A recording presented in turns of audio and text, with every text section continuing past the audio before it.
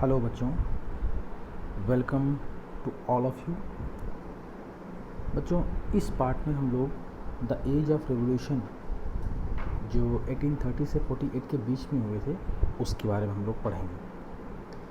हमने इसके पहले पढ़ लिया था कि 1815 में जब वियना कांग्रेस ऑर्गेनाइज की गई तो डिसाइड ये किया गया कि वहाँ फ्रांस में बोर्बो डायनेस्टी के ही किंग को फिर से रिस्टोर किया जाएगा, उनको फिर से उनको पावर दे दी गई।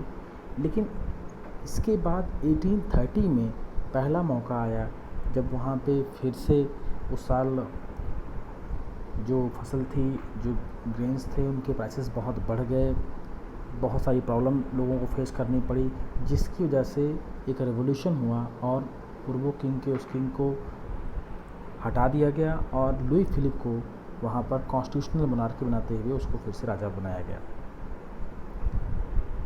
लेकिन ये जो 1830 में हुआ है ये केवल यहीं तक सीमित नहीं रहा, इसके आगे भी अदर जो कंट्रीज़ थे उनको वो प्रमोट करता रहा, आगे बढ़ाता रहा। हम लोग इसमें एक जो सबसे मेन देखते हैं वो देखते हैं ग्रीक इंडिपेंडेंस वॉर को। ये जो ग्रीक वॉर ऑफ इंडिपेंडेंस है, इसमें दो बातें याद रखनी हैं आपके एग्ज़ाम के पॉइंट ऑफ व्यू से। 1821 को एक ट्रीटी हुई जिसको ट्रीटी ऑफ कॉन्स्टेंटाइनोपल कहते हैं। ग्रीक एक समय तक ऑटोमन एम्पायर, जिसको तुर्की या टर्की बोलते हैं, उसके अंडर में था। करीब 15 सेंचुरी से ही वहाँ पर था, उसके अंडर में। 1821 में जा कर के इन लोगों ने अपने एंशिएंट कल्चर को रिस्टोर करने के लिए, अपने एंशिएंट कल्चर को फिर से मजबूत बनाने के लिए वहाँ के लोगों ने, जो भी एक्साइल नेशनलिस्ट थे, जो बाहर चले गए थे, उनको जिनको भगा दिया गया था देश से, उनको वो लोग इकट्ठे हुए। वेस्टर्न जो यूरोप के लोग थे वो भी लोग इकट्ठे हुए और इस तरह से वो लोगों ने ऑटोमन एम्पायर के खिलाफ लड़ाई लड़ी और इस लड़ाई में बाद में एक ट्रीटी हुई जिसको हम लोग ट्रीटी ऑफ कॉन्स्टेंटाइनोपल कहते हैं। और इस ट्रीटी की वजह से ग्रीक जो है एक इंडिपेंडेंट नेशन बन गया। अब यहाँ पर जो इंडिपेंडेंस मिला है वो मिला है उनके एंशिएंट जो थिंकिंग थी उसको रिस्टोर करने के लिए। उसके लिए जो सिंपैथी मिली कहाँ से, जो वेस्टर्न कल्चर के लोग थे, जो वेस्टर्न यूरोपियन के लोग थे, उनकी वजह से ये देश आगे नेशन बन सका। इनमें एक बहुत फेमस इंग्लिश पोइट है लॉर्ड बायरन। लॉर्ड बायरन के बारे में ये है कि ये एक इंग्लिश पोइट था। इसने लड़ाई लड़ने के लिए बहुत सारी पैसा इकट्ठा किया, खुद भी वो लड़ाई लड़ने के लिए गया और हालांकि वो जो है आगे चल कर के उसकी मृत्यु हो गई। अब हम लोग ये देखते हैं कि जो 1821 से जो वॉर स्टार्ट हुआ था, जिसमें लॉर्ड ऑफ बायरन और इन लोगों ने जो लड़ाई लड़ना शुरू की, इसका आगे जाकर के रिज़ल्ट क्या आया? ये रिज़ल्ट आया ट्रीटी ऑफ कॉन्स्टेंटाइनोपल। ये ट्रीटी हुई थी 1832 में। ये फ्रीडम स्ट्रगल चालू हुआ था 1821 में। 1821 से ये लड़ाई लड़ती चले गए, उनको 10-12 साल लगा लड़ाई लड़ने में, लेकिन उन्हें इस बारे में, इस फ्रीडम स्ट्रगल में उनको सफलता मिली। अल्टीमेटली ग्रीस जो एक कंट्री है, वो आज़ाद हुआ। ग्रीक उनको कहा जाता है जो ग्रीस में रहते हैं, उनको हम लोग ग्रीक कहते हैं। जो ग्रीक लोगों ने जो लड़ाई लड़ी थी वो जा कर के आगे चल कर के वो सक्सेसफुल हो गया। इसके नेक्स्ट पॉइंट पे हम लोग देखने वाले हैं कि किस तरह से रोमांटिसिज्म ने एक रोल प्ले किया है नेशनलिज्म में। रोमांटिसिज्म का मतलब क्या हुआ? जब आप पर्सोनिफाई करना शुरू कर देते हैं, जब आप कल्पना की दुनिया में, जब आपको अपने ही कल्चर पर अपनी लॉयल्टी, अपना लव शो करते हैं, तो उसी को हम लोग रोमांटिसिज्म कहते हैं। जैसे जब वर्नाकुलर लैंग्वेजेस में बहुत सारी लिटरेचर लिखे जाने लगे, बहुत सारे लिटरेचर के अलावा बहुत सारे फोक सॉन्ग्स, फोक स्टोरीज़ को कलेक्ट किया जाने लगा। यहाँ से ही इस कल्चर के रिस्टोरेशन से ही आगे चल कर के नेशनलिज्म की जो फीलिंग है वो ग्रो अप की है। कैसे किया है? कल्चर में आता क्या है, जैसे आर्ट, जो आर्ट के पेंटिंग के फॉर्म में हो, स्टेचू के फॉर्म में हो, जितनी भी चीज़ें होती हैं आर्ट हो गया इसमें। पोएट्री, जो आप पोएम लिख रहे हैं, स्टोरीज, जो कहानियाँ आप गढ़ रहे हैं, म्यूज़िक, जो आप सॉन्ग को कलेक्ट कर रहे हैं, ये सब कल्चर का एक हिस्सा है। और जब ये कल्चरल मूवमेंट हुआ, उसी को हम लोग रोमांटिसिज्म में इसको कहते हैं। इन सभी चीज़ों पे बहुत सारा वर्क हुआ, इन सब चीज़ों पे बहुत सारा वर्क हुआ। आगे चल कर के मैं आपको इसमें दिखाऊंगा। आगे चल कर के जैसे एक नाम दिया हुआ है हर्डर का, ये एक जर्मन फिलोसोफर था हर्डर। हर्डर ने आगे चल कर के अपने जर्मनी के एरिया में, क्योंकि जर्मन फिलोसोफर था, जर्मनी में उसने जर्मन कल्चर को ये पाया कि जर्मन कल्चर से जो नेशन बिल्डिंग का जो काम है, जो ये प्रोसेस है, इसको हम लोग कंटिन्यू कर सकते हैं। कैसे उसने किया? उसने बहुत सारे जो फोक सॉन्ग थे, फोक पोइट्री थी, फोक डांस थे, इनको उसने पॉपुलराइज करने की कोशिश की। कैसे?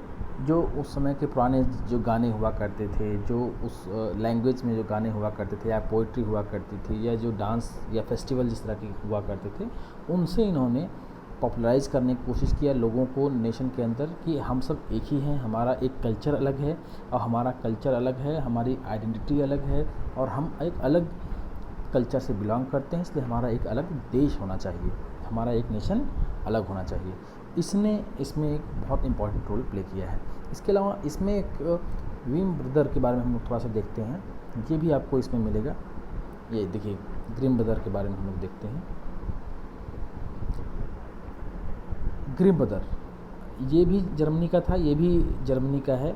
ग्रिम ब्रदर बड़ा फेमस हैं। उन्होंने अपने देश के अंदर गांव-गांव घूम करके, विलेज टू विलेज, गांव-गांव घूम करके उन्होंने जा कर के वहाँ पर जितने भी वो लोगों के यहाँ जो जर्मन लैंग्वेज में जो कहानियाँ थीं, जो स्टोरीज थी, या जो कोई सॉन्ग था, पोइट्री थी, फोक टेल्स थे, उस सब चीज़ों को उन्होंने कलेक्शन करना शुरू कर दिया। उन्होंने इन सभी चीज़ों को कलेक्ट करना शुरू कर दिया और उन्होंने उसकी बुक छापनी शुरू कर दी।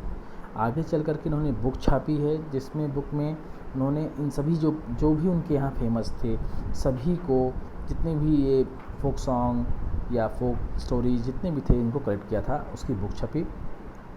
इससे आगे चल कर के वहाँ के लोगों में अपने देश के बारे में, अपने कल्चर के बारे में लोगों को जानने का मौका मिला। ग्रिम ब्रदर्स ने आगे चल कर के 33 वॉल्यूम में, मतलब जैसे एक किताब होती है वैसे 33 उन्होंने वॉल्यूम निकाली, जर्मन लैंग्वेज की डिक्शनरी बनाई। अब आप समझिए कितना इम्पोर्टेंट उन्होंने अपने टाइम पर अपने इस जर्मनी को, जर्मन लैंग्वेज को प्रमोट करने के लिए काम किया। ये इस बात को दिखाता है कि कैसे नेशन बिल्डिंग में कल्चर का एक बहुत इम्पोर्टेंट रोल होता है। और जब जर्मन लोगों ने उनके यहाँ डोमिनेशन करना शुरू कर दिया, उनके ऊपर कब्ज़ा करना शुरू कर दिया, तो वहाँ के लोगों ने इसका विरोध भी किया, क्योंकि उन्होंने बताया कि हम लोग तो अलग हैं, बिल्कुल अलग, हमारा जो है वो एक तरह का नेशन है, हमारी बिलोंगिंग अलग अलग है। यहाँ पे एक पेंटिंग भी दिखाई जा रही है जो मैस्कर ऑफ एट क्योस का है, जिसको डेलाक्रॉक्स ने बनाया हुआ था। इसमें ये दिखाया गया है कि एक द्वीप, जो कि वहाँ का एक आइलैंड था, वहाँ पर 20,000 ग्रीक को मारने का आदेश दे दिया गया था। आइलैंड ऑफ क्योस में ये हुआ था, ये मैस्कर एट क्योस लिखा हुआ है, तो यही क्योस का था। इसमें इन्होंने किया क्या कि तुर्क जितने थे उन लोगों ने 20,000 ग्रीक को मारने का आदेश दे दिया। इसमें ये जो फेंट किया गया है, जो विरोधी, जो अगेंस्ट के लोग हैं, उनके कलर को आप देखिए, और जो ग्रीक के लोग हैं उनका आप चेहरे का वो देखिए, और किस तरह से उनको मारने का उसमें दिखाया गया, उनको मारने का जो आदेश दिया गया। ये बात उन्होंने दिखाने की कोशिश की कि सिंपैथी लोगों की कलेक्ट करने की कोशिश की कि किस तरह से वो लोग ग्रीक लोगों के खिलाफ जा रहे हैं। ये ग्रीक वॉर ऑफ इंडिपेंडेंस है, उसका एक पार्ट हम लोग, एक तरह से कल्चर का एक पार्ट हम लोग देख सकते हैं। आगे चल कर के हम लोग देखेंगे नेक्स्ट जो है वो है इसी तरह की जो रोमांटिसिज्म में हमने पहले तो हमने ग्रीक का देखा, रोमांटिसिज्म में हमने ग्रीक का देखा, ग्रीक के बाद हमने जर्मन का एक एग्जाम्पल लिया जिसमें हर्डर और ग्रिम ब्रदर्स थे। अब हम लोग देखेंगे करोल करपिंस्की। ये एक पोलैंड का रहने वाला था। पोलैंड एक कंट्री का नाम है, आज एक अलग कंट्री है। जब इसको 1815 के बाद रशिया को दे दिया गया था तो रशिया के लोगों ने पोलैंड पर अपने रशियन लैंग्वेज को प्रमोट करना शुरू कर दिया। वहाँ के स्कूल्स में जो लैंग्वेज पढ़ाई जाती थी, जो पोलिश लैंग्वेज पढ़ाई जाती थी, जिसको हम लोग पोलिश लैंग्वेज बोलते हैं, उसको उन्होंने हटा करके उन्होंने रशियन लैंग्वेज को प्रमोट करना शुरू कर दिया। अब आप समझिए यहाँ पर, लेकिन जो वहाँ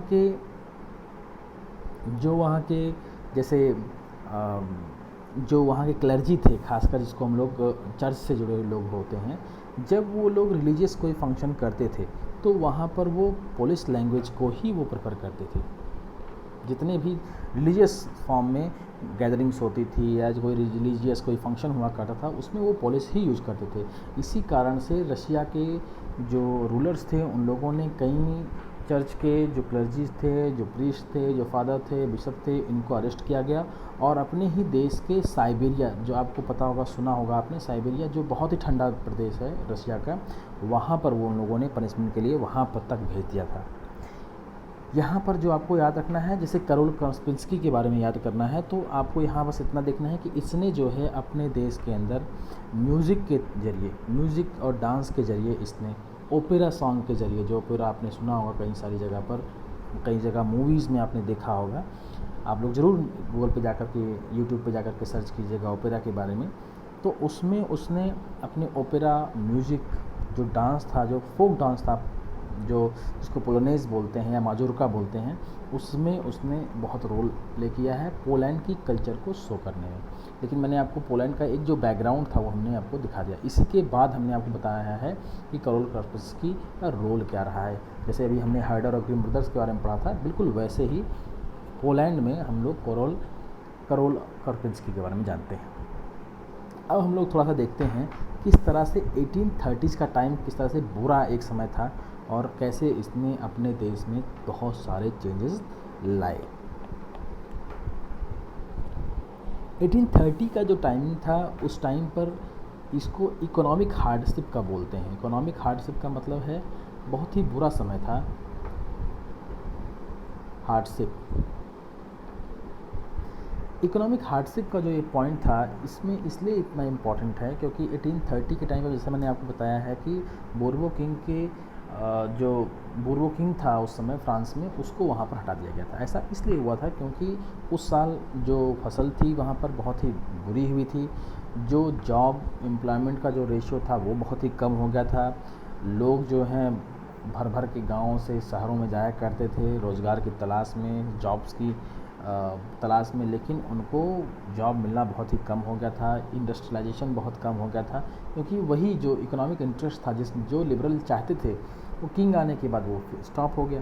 तो इसकी वजह से जो है इतनी प्रॉब्लम उन लोगों को फेस करना पड़ा कि जो लिबरल्स थे उन लोगों ने पहले से ही वो चाहते थे, और जब एक मौका मिला तो उन्होंने बोर्बो किंग को फ्रांस से हटा दिया गया और उसकी जगह पे फिर से कॉन्स्टिट्यूशनल मोनार्की बनाई गई और लुई फिलिप को वहाँ का राजा बनाया गया। क्योंकि जो फ्रांस के लोग थे बड़ा प्रॉब्लम फेस कर रहे थे, किसके लिए? जो इंडस्ट्रियलाइजेशन हो गया था इसके लिए। इसने पूरा का पूरा जो इंडस्ट्रियलाइजेशन का जो चैप्टर है वो 3rd चैप्टर है। हम लोग उसमें इंडस्ट्रियल रिवोल्यूशन के बारे में बहुत आराम से पढ़ेंगे। आपको मैं उसमें बहुत अच्छे से समझाऊंगा कि इंडस्ट्रियलाइजेशन का मतलब क्या था। यहाँ मैं बस एक फौरी तरह से मैं आपको एक समझा देता हूँ कि इंडस्ट्रियलाइजेशन का मतलब क्या होता है। इंडस्ट्रियलाइजेशन को हम लोग इस तरह से बोलते हैं कि इंडस्ट्रियलाइजेशन का मतलब ये होता है जब हम जो गुड्स बनाते हैं, उस गुड्स को बनाने के लिए जब मशीनों का यूज़ करना शुरू कर देते हैं तो उसी को हम लोग कहते हैं कि इंडस्ट्रियलाइजेशन हो गया है, इंडस्ट्री बनना शुरू हो गई है। जब गुड्स बनाएंगे, मशीनों का यूज़ करने लगेंगे तो जो क्वांटिटी है बहुत ज़्यादा बनना शुरू हो जाती है, क्योंकि हाथों से बनाने और मशीन बनाने में बहुत फ़र्क पड़ता है। जो आप एक दिन में 1 बनाएंगे, 2 बनाएंगे, 3 बनाएंगे, 10 बनाएंगे, वो मशीनों के आने के बाद उसकी स्पीड बढ़ जाती है, बहुत तेज़ी से बनना शुरू हो जाता है। तो ये इंडस्ट्रियलाइजेशन का मतलब होता है जब आप जो गुड प्रोसेसिंग जो होती है, गुड मेकिंग प्रोसेस जो होता है, उसमें आप मशीन का यूज़ करना शुरू कर देते हैं, क्वांटिटी से बढ़ा देते हैं। जब क्वांटिटी बढ़ जाती है तो जो आपके रेट हैं, जो प्राइसेस हैं, वो कम हो जाते हैं, क्योंकि अब आपका सस्ता हो गया, उसमें बहुत आपको सामान लगाना नहीं पड़ा, किसी को लेबर देना नहीं पड़ा, केवल मशीन के ही चार्जेस लगे। तो इस वजह से जब कंपटीशन आपका आने लगा, फ्रांस के लोगों को भी फेस करना पड़ा, तो जो जॉब थे, इकोनॉमिक हार्डशिप उनको फ्रांस में देखना पड़ा था। इसके बारे में हम लोग पूरा का पूरा देखेंगे जब हम लोग इंडस्ट्रियलाइजेशन के बारे में पढ़ेंगे। यहाँ हम लोग को ये देखना है कि 1830 में एक बहुत बुरी कंडीशन आई, जब वहाँ पे बैड हार्वेस्ट हुआ,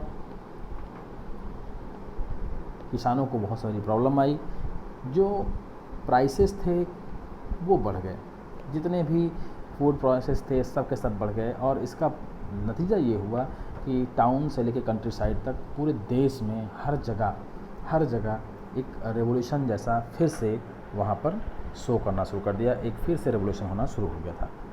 ऐसे ही एक अलग से 1848 का भी टाइम है जो मैं आपको बताना चाहूँगा।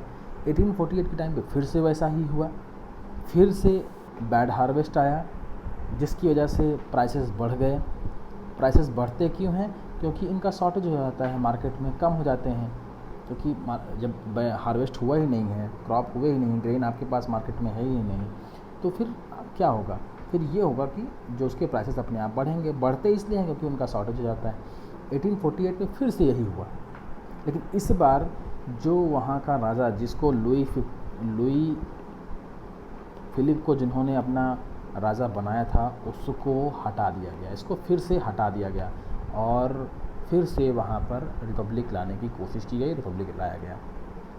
कैसे हुआ, कैसे ये बना, कैसे ये पूरा का पूरा वर्क किया, हम लोग इस पर थोड़ा सा बात करेंगे। और फिर से जिस तरह से वहाँ पर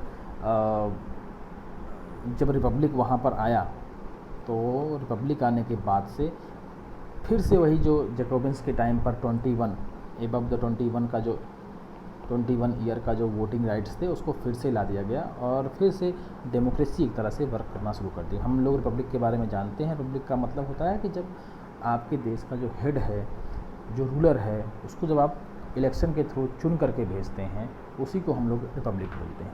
ये कोई जनरेशन बाय जनरेशन नहीं आता है, हेडरी नहीं होती। तो इस वजह से रिपब्लिक का मतलब होता है कि जो हमारा जो हेड है, रूलर है गवर्नमेंट का, वो हमने इलेक्शन के थ्रू चुना हुआ है। इसमें मैंने आपको बताया कि किस तरह से जब 1848 में हुआ तो फिर से वही जब प्रॉब्लम आई, लुई फिलिप को हटाया गया, रिपब्लिक आया। और फिर इस बार जो गवर्नमेंट थी, उसने न केवल जो सफ्रेज था, जो राइट टू वोट था, उसको लेकर के आया और सभी लोगों को दिया। साथ ही साथ राइट टू वर्क, एक नया उसने एक वर्ड जोड़ा, right to work. Right to work का मतलब होता है सब लोगों को हम काम देंगे, सभी लोगों को रोज़गार देने की कोशिश करेंगे, गारंटी देंगे कि सब लोगों को रोज़गार मिले। और इस तरह से बहुत सारे रोज़गार कैसे दिए जाएंगे, जब सरकार अपना खुद काम करवाएगी, वर्कशॉप बनाएगी। तो ये जैसे नेशनल वर्कशॉप बनाया गया और वहाँ पर लोगों को काम देने का प्रयास किया गया।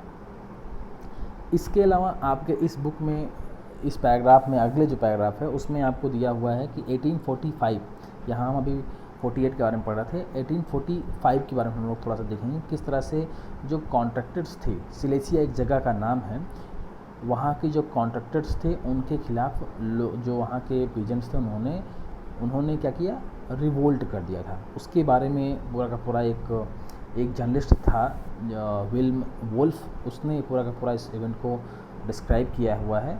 उसमें उसने कहा है कि एक गांव में जिसमें करीब 18,000 लोग रहा करते थे, जो कॉटन वीविंग का काम करते थे, उनके पास यही व्यवसाय था। लेकिन वहाँ पर जो वर्कर्स थे उनकी बहुत ज़्यादा प्रॉब्लम उनको सामना करना पड़ा। क्यों? क्योंकि जो कॉन्ट्रैक्टर्स थे उन्होंने जो गुड्स थे उसके प्राइसेस को कम कर दिया। तो जब प्राइसेस कम हो गए तो वर्कर को भी कम पैसा दिया जाने लगा, जो उनके जो रॉ मटेरियल जहाँ से लाते थे उनको भी कम पैसा दिया जाने लगा। इससे वहाँ के सभी लोगों, जितने भी क्राउड था वीवर्स का जो बनाते थे, वो बाहर निकले और उन्होंने वहाँ के जो कॉन्ट्रैक्टर था उसके घर पर, उसके बंगले पर, उसके मैंशन पर अटैक कर दिया वहाँ, और उनसे डिमांड की जाने लगी कि आप अपनी जो वेजेस हैं उसको हाई कर दीजिए, बढ़ा दीजिए। और उनको थ्रेट एक तरह से दिया जाने लगा कि भाई बिल्कुल उनको, जो कि बहुत परेशान किया जा रहा था, वर्कर्स को बहुत ज़्यादा प्रॉब्लम आ रही थी, तो उन लोगों ने इस तरह की डिमांड उन्होंने रखी।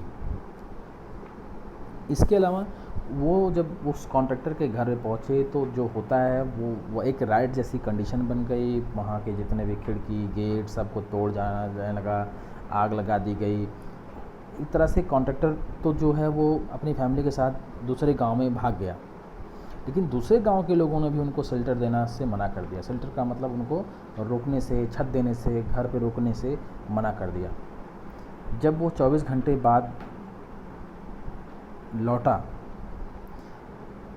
तो वहाँ पर बहुत सारी फायरिंग हुई, जिसमें करीब 11 वीवर्स मारे गए। ये पूरा जो जर्नलिस्ट है उसने लिखा हुआ है कि 11 जो वीवर्स थे उनको गोली मार दी गई। ये 1845 की घटना है। ये इसलिए दिखाने की कोशिश कर रही किस तरह से उस समय इकोनॉमिक हार्डशिप जो सिचुएशन थी वो उन लोगों को फेस करना पड़ा था। बच्चों, 1848 का जो रेवोल्यूशन है फ्रांस में जो हुआ था वो इसलिए भी इम्पॉर्टेंट है क्योंकि 1848 के बाद, इस रेवोल्यूशन के, फ्रांस के रेवोल्यूशन के बाद यूरोप के ऐसे बहुत सारे कंट्रीज़ थी जहाँ पर ऐसे ही रेवोल्यूशन अनरेस्ट होना शुरू कर दिए। जैसे इसका सबसे बेस्ट एग्जांपल है जर्मनी का। सबसे बेस्ट एग्जांपल है जर्मनी का, आप लोगों के एग्ज़ाम में कई बार आ चुका है। इसमें क्या हुआ कि जिस तरह से मैंने अभी आपको बताया कि वहाँ पर 1848 में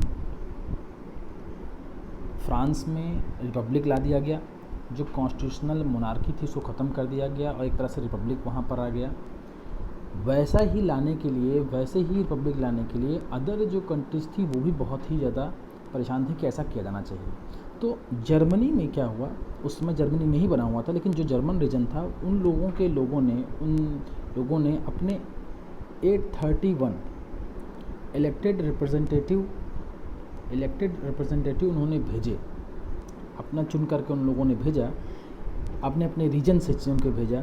एक फ्रैंकफर्ट जो वहाँ का शहर है, वहाँ पे एक पार्लियामेंट ऑर्गेनाइज किया गया। ये सारा का सारा काम कौन कर रहे हैं? वहाँ के लिबरल कर रहे हैं। लिबरल जिनकी डिमांड है कि लिबर्टी मिलनी चाहिए, इक्वलिटी मिलनी चाहिए, जो हम लोगों ने चैप्टर के बहुत स्टार्टिंग में लिबरल के बारे में हमने पढ़ा था। जो चाहते हैं कि कॉन्स्टिट्यूशन बनना चाहिए, जो चाहते हैं गवर्नमेंट बननी चाहिए, गवर्नमेंट बाय कंसेंट होना चाहिए, जिनकी थिंकिंग ये थी कि जो ऑटोक्रेसी है वो ख़त्म होनी चाहिए, जो प्रिविलेजेस हैं वो ख़त्म होने चाहिए, ये उनकी डिमांड्स थी। और इक्वलिटी सब लोगों को दी जानी चाहिए, जैसे सफरेज मिल जाए, राइट टू प्रॉपर्टी वगैरह मिल जाए, ये सब वो चाहते थे। यहाँ पर जो लिबरल्स लोग इकट्ठे हुए, इसमें केवल और केवल मेन थे। यहाँ आपको ध्यान देना है, इसमें केवल और केवल मेन थे, औरतें इसमें शामिल नहीं थी। फ्रैंकफर्ट में ये लोग इकट्ठा हुए और उन्होंने जर्मनी के लिए उन्होंने एक कॉन्स्टिट्यूशन को ड्राफ्ट किया, एक उन्होंने कॉन्स्टिट्यूशन बनाया। कॉन्स्टिट्यूशन बना तो दिया, अभी वो लागू नहीं हुआ है, उन्होंने इसको बनाया। और बनाने के बाद इसको जर्मनी के जो राजा था उसमें विलियम फोर्थ को उन्होंने वो कॉन्स्टिट्यूशन ड्राफ्ट दिया। जाहिर सी बात है, क्या होता, जो उस समय प्रशा का जो हेड था, जो राजा था, जिसने इस ड्राफ्ट को जब देखा तो इसने तुरंत उसको रिजेक्ट कर दिया। और साथ ही साथ इसने रिजेक्ट करने के साथ ही साथ इसने आर्मी जो है उसको भिजवा दिया, कहाँ पर? फ्रैंकफर्ट के उस जगह पर जहाँ ये पार्लियामेंट ऑर्गेनाइज किया गया था। ये एक सेंट पॉल करके एक चर्च था, उसमें ये ऑर्गेनाइज किया गया था। सेंट पॉल एक चर्च था, वहाँ पे इसको ऑर्गेनाइज किया गया था। तो जो लोग इकट्ठे होकर के आए थे, जो कोफेडरेशन उसमें बना हुआ था, जो तरह तरह के जो अलग अलग जो स्टेट्स थे, जो किंगडम्स थे, अलग अलग जगह से जो लोग इकट्ठा हुए थे, जो लिबरल इकट्ठा हुए थे, और जिन्होंने पार्लियामेंट अपना खुद ही असेंबली उन्होंने ऑर्गेनाइज किया था, पब्लिक के बेस पे खुद ही अपना डिसाइड कर लिया था। उन्होंने जो कॉन्स्टिट्यूशन बनाया उसको फ्रेडरिक विलियम फोर्थ ने उसको तुरंत रिजेक्ट कर दिया। वहाँ पर आर्मी भेज दी गई और उस पार्लियामेंट को तुरंत डिसबैंड कर दिया गया, सबको भगा दिया गया। अब ये समझ में आता है कि सर फ्रैंकफर्ट का कोई डायरेक्ट उसका कोई पॉजिटिव रिजल्ट नहीं आया, कोई अफर्मेटिव उसका रिज़ल्ट नहीं आया, लेकिन इसके रिज़ल्ट दूरगामी थे। आगे चल करके इसने बहुत सारे चेंजेस लाए। कैसे चेंजेस लेके आए हैं, उसको हम लोग जब आगे हम लोग थोड़ा सा देखेंगे तो हम उसको पढ़ेंगे। जैसे जितनी भी ऑटोनॉमी थी, जितने भी इस तरह के जितने भी ऑटोक्रेसी जहाँ जहाँ पर थी, जहाँ जहाँ पर ऐसे ही एब्सोल्यूट पावर को लोग यूज किया करते थे किंग, उन लोगों ने समझ लिया कि अब हमें थोड़े थोड़े जो राइट्स हैं, जो फैसिलिटीज़ हैं, इन लोगों को देना शुरू करनी पड़ेगी। जैसे ऑस्ट्रिया जो है, उस टाइम पर ऑस्ट्रिया हंगरी एक ही हुआ करते थे, तो उन ऑस्ट्रिया ने अपने हंगरी का जो एरिया था उनको ऑटोनॉमी देना शुरू कर दिया। ऑटोनॉमी का मतलब होता है उनको थोड़ा सा छूट देना शुरू कर दिया, है ना, उसको छूट देना शुरू कर दिया। यहाँ मुझे ऑटोक्रेसी लिखना चाहिए, ऑटोक्रेसी, ये ऑटोनॉमी नहीं है। ऑटोनॉमी और ऑटोक्रेसी में डिफरेंस होता है ना। ऑटोक्रेसी और ऑटोनॉमी में डिफरेंस होता है। मैं यहाँ पर ऑटोक्रेसी की बात कर रहा हूँ। ऑटोक्रेसी का मतलब एक ऐसा सिस्टम जहाँ पर एक किसी सिंगल पर्सन के पास सारी की सारी पावर हैं, वो एब्सोल्युटली उसी पावर को यूज़ करता है। ऑटोनॉमी का मतलब क्या होता है, यहाँ ऑटोनॉमी का मतलब होता है जब किसी एरिया को स्वतंत्रता दे दी जाती है कि वो अपने एरिया में जो डिसीजंस लेने हैं वो खुद ले, उसी को हम लोग ऑटोनॉमी कहते हैं, है ना। अब बना तो उसी से है, लेकिन इसमें थोड़ा सा डिफरेंस है। डिफरेंस क्या है, यहाँ पर उस एरिया में उनको ज़्यादा छूट दे दी जाती है, ज़्यादा उनको राइट्स दे दिए जाते हैं ताकि वो अपने डिसीजंस खुद ले सकें। जैसे ऑस्ट्रिया ने हंगरी के टाइम पर अपने हंगरी के एरिया में दिया, है ना। कौन कौन सी चीज़ें उसने दी थी, इसने जो मेनली जो दिया है वो दिया है जैसे सर्फडम का जो केस था, सर्फडम जो खेती ज़बरदस्ती कराया जाता था उसको उन्होंने एबॉलिश कर दिया था। तो ज़्यादा बहुत ज़्यादा काम तो इस तरह का नहीं हुआ, लेकिन उस एरिया में जैसे हैब्सबर्ग ने जो रसिया का जो एरिया था, या जो रसिया और हैब्सबर्ग के जो एरिया थे जहाँ जहाँ उनका अपने अपने क्षेत्र में उन्होंने सर्फडम को उन्होंने ख़त्म करने की कोशिश की, हालांकि पूरी तरह से सर्फडम ख़त्म नहीं हो पाया था। अब हम लोग थोड़ा सा देखते हैं इन सब के बाद, ये फ्रैंकफर्ट पार्लियामेंट का एक दृश्य है जो सेंट पॉल चर्च में हुआ है। इसमें सबसे ऊपर आपको एक जर्मनिया का एक पिक्चर मिलेगा, साथ ही साथ ऊपर कई सारे लोग ऊपर दिख रहे होंगे जो एक तरह से ऑब्जर्वर की तरह हैं। अब हम लोग थोड़ा सा इसमें देखते हैं वीमेन राइट के बारे में। वीमेन राइट के बारे में देखिए, बहुत औरतें औरतें इस समय भी डिमांड ये करती रहीं कि हमें वोट मिलने का जो राइट है वो मिलना चाहिए। इसके पीछे लोगों के अलग अलग तर्क थे। भले ही सब लोग जो हैं चाहते थे कि हाँ सभी लोगों को राइट्स मिले, ब्रश भी चाहते थे कि सब लोगों को राइट्स मिले, लेकिन ये देखा जाए तो वो लोग भी जो ह्यूमन राइट्स थे उसके लिए काम नहीं कर रहे थे। जैसे फ्रैंकफर्ट में ही इसका एक सोर्स दिया हुआ है आपको, सोर्स सी। अब सोर्स सी में लिखा हुआ है कि जैसे एक कार्ल वेकलर है, कॉलबेकर ने एक अपना स्टेटमेंट दिया हुआ जिसमें कहा है कि मर्दों को भगवान ने मजबूत बनाया है। ये पार्लियामेंट, फ्रैंकफर्ट पार्लियामेंट का हिस्सा बता रहा हूँ आपको। फिर उसके बाद उसने कहा कि औरतों को कमज़ोर बनाया गया है, और इस तरह की उसने बात की कि इसलिए जो है इनको ये फैमिली के अंदर ही इनको भगवान ने बनाया है, फैमिली का केयर करें, बच्चों का केयर करें, अपने होम का केयर करें, इसलिए इनको बहुत ज़्यादा राइट्स देने की बहुत ज़्यादा ज़रूरत नहीं है। लेकिन इन सब में कुछ लोगों का रोल बहुत इम्पॉर्टेंट है। इनमें जो सबसे फेमस हैं वो हैं लुइस ऑटो पीटर। ये जो थी, इन्होंने कहा और इन्होंने सफ़रेज की बहुत डिमांड की। सफ़रेज का मतलब क्या होता है? सफ़रेज का मतलब होता है वोटिंग राइट्स में। यहाँ इन्होंने डिमांड किया कि इनको औरतों को भी वोटिंग देने का राइट मिलना चाहिए। उन्होंने कहा कि आधी जो आबादी है, हाफ ऑफ पॉपुलेशन है, जो ये आधी आबादी है, जो औरतों की आबादी है, उनको तो आप राइट दे ही नहीं रहे हैं। तो आप जो भी काम करेंगे, चाहे वो लिबर्टी करें, चाहे वो फ्रीडम लेकर के आए, वो आधे लोगों को ही मिलेगी, आधे लोगों को तो मिलेगी नहीं। इसीलिए उन्होंने कहा कि चूँकि जो आज़ादी है वो उसको हम बांट नहीं सकते, अलग नहीं कर सकते, वो तो सबको देना पड़ेगा, सबके लिए एक जैसा होना चाहिए। तो इसलिए उन्होंने इस तरह की बातें उन्होंने रखी। एक न्यूज़पेपर भी है, उस न्यूज़पेपर का एक आर्टिकल इसमें दिया हुआ है जो छपा था, उसमें एडिटर ने उस पेपर में लिखा हुआ है कि जो औरतें हैं उनको राइट टू प्रॉपर्टी दी गई है। अब यह आप यहाँ पे समझिए, राइट टू प्रॉपर्टी उनको मिली ही हुई है। राइट टू प्रॉपर्टी का मतलब वो अपना सामान खरीद सकती हैं, रख सकती हैं, इतना इनको राइट मिला हुआ है, लेकिन इनको राइट टू वोट नहीं मिला हुआ है। इसका उन्होंने विरोध किया है। उनका कहने का आशा ये था, उनका जो मतलब था वो ये था कि एक जो अनपढ़ आदमी है उसको भी आप राइट टू वोट दे देते हैं, चाहे वो अनपढ़ ही क्यों ना हो, चाहे वो गरीब क्यों ना हो, उसको कुछ ना पता हो, ना पॉलिटिक्स के बारे में पता हो, लेकिन आपने अबव 21 ईयर के ऊपर आप लोगों ने दे दिया। लेकिन जो राइट टू प्रॉपर्टी का जो इशू है, जो दिया जाना चाहिए, वो आपने औरतों को दे दिया है, लेकिन जो हाई एजुकेटेड जितनी भी औरतें हैं जो पढ़ी लिखी हैं उनको भी आपने राइट टू वोट नहीं दिया है। मतलब उनकी यदि कंपेरिजन किया जाए, जो अनपढ़ हैं उनकी जगह पे पढ़े लिखे लोगों को तो कम से कम दिया जाना चाहिए, लेकिन उनको भी आपने बिल्कुल भी राइट टू वोट का अधिकार औरतों में भी नहीं दिया है। तो इस तरह से उन्होंने डिमांड की थी कि सभी लोगों को, आप इसमें यदि आप बात कर रहे हैं तो यूनिवर्सल अडल्ट फ्रेंचाइज कीजिए जिसमें औरतों को भी राइट टू वोट दिया जाना चाहिए, क्योंकि बहुत सारी ऐसी औरतें थीं जो काबिल थीं और चाहती थीं कि उनको राइट मिले। यहाँ पर एक वर्ड है जो आप जो लुइस ओटो पीटर के बारे में ही सुनेंगे। ये एक फेमिनिस्ट थी। फेमिनिस्ट का मतलब होता है जो विमेन की जो राइट होते हैं, जो राइट्स अधिकार होते हैं, उनको आगे बढ़ाना, उनको उनकी डिमांड करना, लोगों को अवेयर करना, गवर्नमेंट से डिमांड करना कि ये राइट मिलने चाहिए, उसी को हम लोग फेमिनिस्ट कहते हैं। मतलब जो विमेन पावर को एम्पावर करने की बात करती हैं, विमेन पावर को एम्पावर करने की बात कहती हैं, उसी को हम लोग कहेंगे फेमिनिस्ट। जो औरतों के जो राइट्स हैं, शक्तियां हैं, उनको जब वो जो मजबूत करने की कोशिश करेंगे उन्हीं को हम लोग कहेंगे फेमिनिस्ट। ठीक है, तो इस चैप्टर में हम लोगों ने पूरे रिवोल्यूशन का पार्ट देखा। हमने 1830 का पोर्शन देखा जब हार्डशिप आई और वहाँ पे से बोर्गो किंग को हटा दिया गया।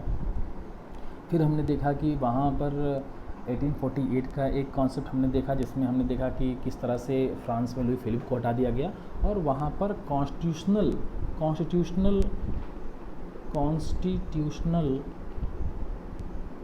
मोनार्की की जगह पर रिपब्लिक को लाया गया। अब यहाँ पर मैं आपको फिर से बता दूँ, कॉन्स्टिट्यूशनल मोनार्की का मतलब होता है वहाँ पे कॉन्स्टिट्यूशन होता है, लेकिन जो कॉन्स्टिट्यूशन के अलावा जो हेड होता है, देश का हेड ऑफ नेशन होता है, वो कोई राजा होता है और उस राजा को कॉन्स्टिट्यूशन की बातों को मानना पड़ता है। अब यदि हेड बना दिया जाएगा फिर भी कुछ ना कुछ पावर तो होंगे, या तो फिर मोनार्की के सारे पावर छीन लिए जाएँ। इसीलिए आगे चल करके फ्रांस जैसे देशों ने पूरी तरह से मोनार्की को ख़त्म कर दिया। जब उनके यहाँ इतनी सारी प्रॉब्लम आना शुरू हुई 1848 में भी जिस तरह से अनरेस्ट हुआ, तो उन्होंने रिपब्लिक ला दिया और मोनार्की को ही ख़त्म कर दिया कि अब कोई राजा जो है यहाँ का हेड नहीं होगा, पब्लिक जो जिसको चुन करके भेजेगी वही पूरा का पूरा देश का हेड होगा, बनेगा। तो इस तरह से कॉन्स्टिट्यूशनल मोनार्की और रिपब्लिक में डिफरेंस होता है, ये हमने देखा। इसकी जो शुरुआत थी, हमने देखा था कि सिलेसिया एक जो जगह थी जो कि इस समय यदि हम देखें तो वो पोलैंड, चेक रिपब्लिक के आसपास के एरिया में मिलेगा।